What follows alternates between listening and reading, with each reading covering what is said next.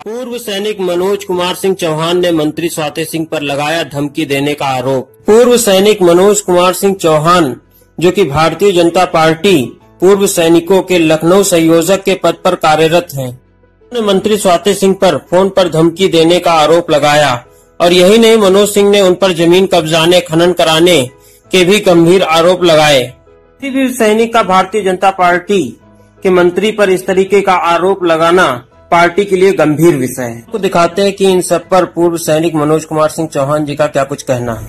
मैं मनोज कुमार सिंह चौहान, भारतीय जनता पार्टी जिला संयोजक हूँ, लखनऊ जिले का पूर्व सैनिक प्रकोष्ठ का। क्या हुआ था आपके साथ? मेरे साथ क्या हुआ ये तो मैं आपको क्या बताऊं, लेकिन मेरे पास माननीय मंत्री जी का फोन आया, स्वाति सिंह जी का, और उन्होंने यही हमको बताया कि अपनी औकात में रहिए, नहीं तो आपको मैं ठीक कर दूंगी।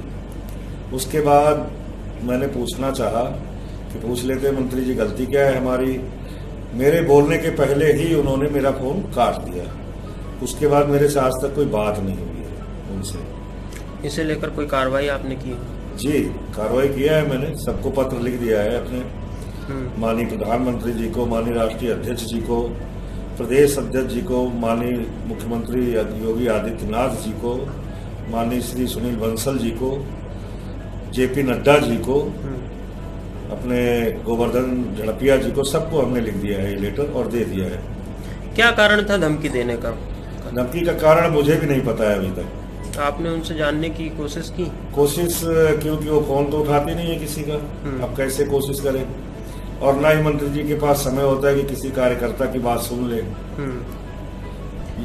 लेकिन जहां एक और सैनिकों का सम्मान किया जा रहा है आपकी पार्टी के द्वारा जी, और मतलब पूरा कैंपेन पूरे देश भर में चल रहा है, और जैसा कि आप एक पूर्व सैनिक रहे हैं, इस तरह का बर्ताव, क्या ये सही है?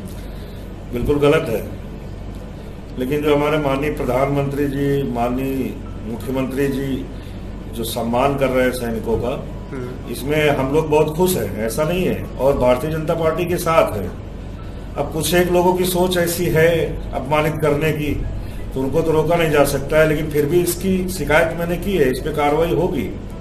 और हम सैनिक बहुत खुश हैं, अपने आप में बहुत गौरवान्वित हैं, और माननीय प्रधानमंत्री नरेंद्र मोदी जी को ही प्रधानमंत्री बनाएंगे, चाहे कोई कुछ भी कहे।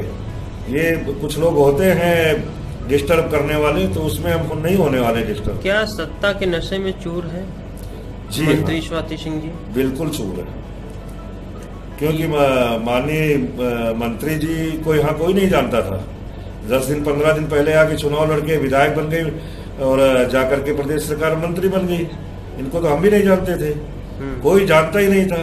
हमारे वो माननीय दयाशंकर सिंह जी हैं, पूरी मेहनत तो उनकी है, इनको तो खैरात में मिल गया है ये पद, तभी तो ये इतने गंदे गंदे व्यवहार कर रहे हैं। अभी थोड़े दिन पहले बिजनौर में हमारी मीटिंग हुई थी, वहां पर हमारे पूर्व मंडल अध्यक्ष सुशील गुप्ता जी थे, और मंत्री जी और इनके पिताजी ने पूरी मीटिंग के अंदर उसकी बेइज्जती कर दी। मंडल अध्यक्ष वो पूर्व है हमारे, उसके बाद ये युवा मोर्चा मंडल के अध्यक्ष भानु प्रताप सिंह है, इनके घर पे पुलिस भेज के और इसके पिताजी की ऐसी बेइज्जती कराई है, इतनी भद्दी भद्दी गालियां दिलाई हैं कि आपको हम क्या बताएं, जो बता नहीं सकते। ये हालत है यहाँ के कार्यकर्ताओं का। तो जनता के साथ ये किस तरीके से ट्रीट करती होंगी?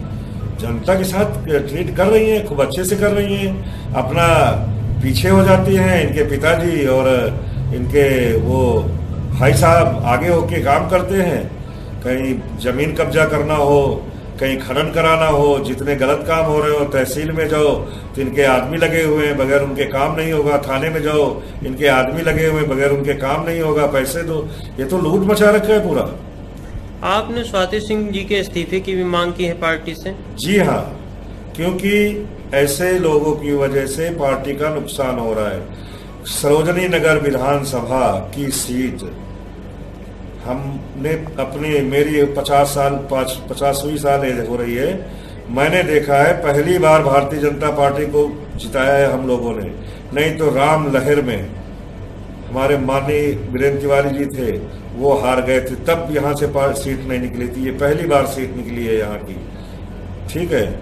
तो जब ये इतने हम अपना यहाँ बचा के रखना चाहते हैं, पब्लिक को खुश करके रखना चाहते हैं कि दोबारा आने वाले समय में और भी चुनाव भी लड़ना है।